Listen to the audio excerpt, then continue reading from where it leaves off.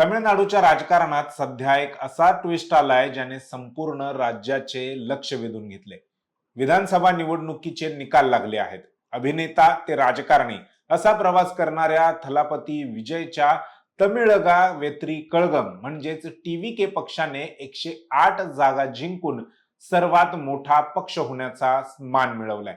परंतु तरीही विजय यांना मुख्यमंत्री पदाची शपथ घेण्यासाठी राजभवनातून आमंत्रण मिळत नाहीये। राज्यपालांचे म्हणणे आहे की विजय यांनी आधी बहुमत सिद्ध करावे आणि मगच शपथ घ्यावी। परंतु विरोधक आणि कायदे तज्ञांचे म्हणणे आहे की हा निर्णय संविधानाला धरून आहे की लोकशाहीची थट्टा आहे। दुसरीकडे डीएमके आणि एआयएडीएमके या प्रस्थापित पक्षांनी पडद्यामागून हालचाली करून सत्ता स्थापनेचा प्रयत्न सुरू करताच विजयने आपल्या सर्व 108 आमदारांच्या राजीनाम्याचं अस्त्र बाहेर काढलंय। हा विजयचा मास्टर स्ट्रोक आहे की आत्मघातकी पाऊल? जर या आमदारांनी राजीनामा दिला तर तमिळनाडूमध्ये राष्ट्रपती राजवट लागू होणार का? याशिवाय सत्ता स्थापनेची नेमकी प्रक्रिया काय असते? राज्यपाल केंद्राच्या सांगण्यावरून काम करत आहेत का? आणि सर्वात महत्त्वाचं म्हणजे तमिळनाडूच्या राज्यपालांची ही भूमिका संविधान विरोधी आहे का? आज आपण तमिळनाडूच्या या सर्वात मोठ्या राजकीय ट्विस्टचा उलगडा करणार आहोत। नमस्कार, मी संकेत आणि आपण पाहत आहात मुंबई आउटलुक। तमिळनाडू विधानसभेच्या एकूण 234 जागा आहेत। बहुमतासाठी लागणारा जादूचा आकडा आहे 118।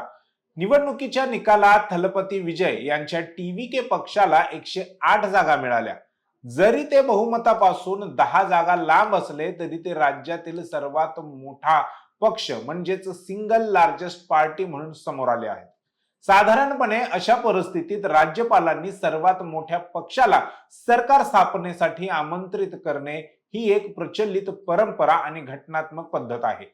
परंतु येथे राज्यपालांनी आधी बहुमत दाखवा मगच शपथ घ्या असा पवित्रा घेतल्याने पेच निर्माण झाला आहे।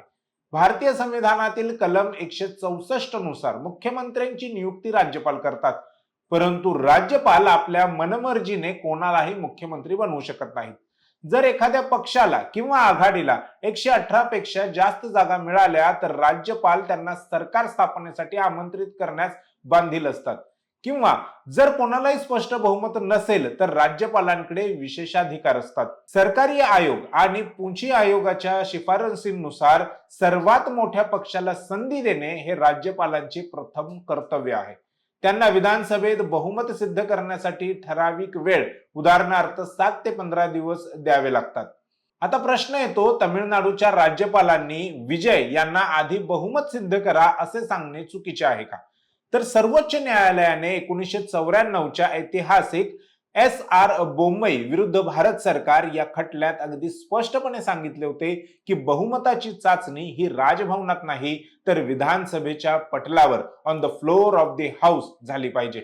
राज्यपालांनी स्वतः ठरवणे की कोणाकडे बहुमत आहे आणि कोणाकडे नाही हे त्यांचं काम नाही, ते लोकशाहीच्या विरोधात आहे। दुसरं असं की मुख्यमंत्री पदाची शपथ घेतल्यानंतर ठराविक दिवसात बहुमत सिद्ध करण्यास सांगणे ही एक पद्धत आहे।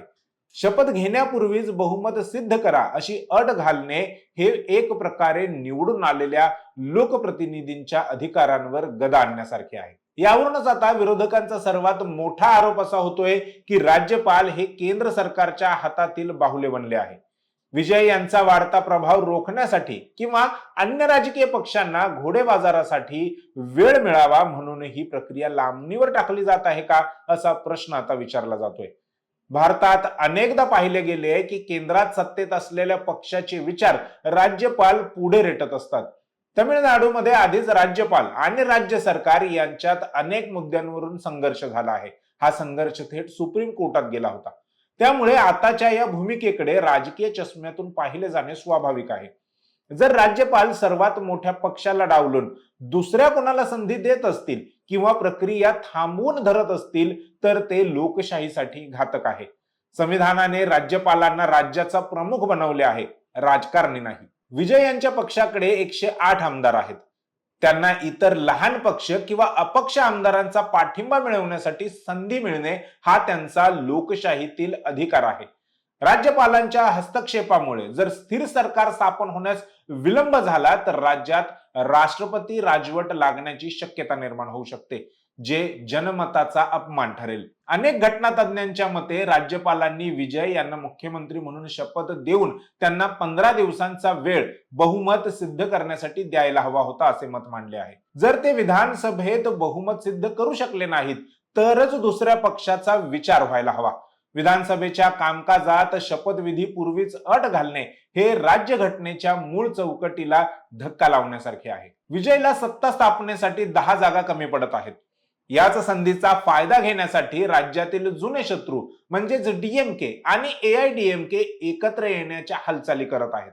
राजकीय वर्तुळात आता चर्चा आहे की विजयला सत्तेपासून रोखण्यासाठी हे दोन्ही पक्ष एकत्र येऊन किंवा इतर लहान पक्षांना सोबत घेऊन मुरब्बी राजकारण करत आहेत. राज्यपालांनी विजय यांना वेळ न दिल्याचा फायदा हे दोन्ही पक्ष घेत असल्याचे चित्र दिसत आहे. जेव्हा विजय यांना समजलं की प्रस्थापित पक्ष त्यांना सत्तेबाहेर ठेवण्यासाठी घोडेबाजार किंवा अनैतिक युती करण्याची शक्यता आहे, तेव्हा त्यांनी थेट राजीनाम्याची धमकी दिली. विजय यांच्या या भूमिकेमागे 3 मुख्य कारणं असू शकतात. त्यातलं पहिलं कारण म्हणजे नैतिकता विरुद्ध सत्ता. विजय यांना हे दाखवून द्यायचे आहे की ते खुर्चीसाठी तडजोड करणार नाहीत. जर जनतेचा कौल डावलला जात असेल तर ते सत्तेत बसण्याऐवजी पुन्हा एकदा जनतेत जाणं पसंत करतील. दुसरं कारण आहे दबाव तंत्र. जर 108 आमदारांनी एकाच वेळी राजीनामा दिला तर विधानसभेची स्थिती अल्पमतात येईल आणि निवडणुका पुन्हा घेण्याशिवाय पर्यायच उरणार नाही. आणि तिसरं कारण आहे जनतेची सहानुभूती. आम्हाला काम करू दिलं जात नाहीये हा संदेश देऊन विजय यांना पुढच्या निवडणुकीत पूर्ण बहुमत मिळण्याची खेळी खेळायची आहे. विजय यांच्या राजीनाम्याच्या पवित्र्याने आता राज्यपालांवरही नैतिक दबाव वाढला आहे. जर 108 आमदार रस्त्यावर उतरले तर राज्यात कायदा आणि सुव्यवस्थेचा प्रश्न निर्माण होऊ शकतो. केंद्र सरकार सुद्धा तामिळनाडूतील या अस्थिरतेवर लक्ष ठेवून आहे. कारण दक्षिण भारतात विजय यांची वाढती लोकप्रियता हा आता मोठा चर्चेचा विषय ठरत आहे. आता समजून घेऊया तांत्रिक गणित. जर 108 आमदारांनी राजीनामा दिला तर काय होईल? विधानसभेच्या एकूण 234 जागांपैकी 108 जागा कमी झाल्या तर सदन 126 वर येईल. अशा वेळी बहुमताचा आकडा बदलतो. नियमानुसार रिक्त झालेल्या जागांवर 6 महिन्यांच्या आत पोटनिवडणुका घ्याव्या लागतात व जर राज्याचा घटनात्मक कारभार कोलमडला तर राज्यपाल राष्ट्रपती राजवटीची शिफारस करू शकतात.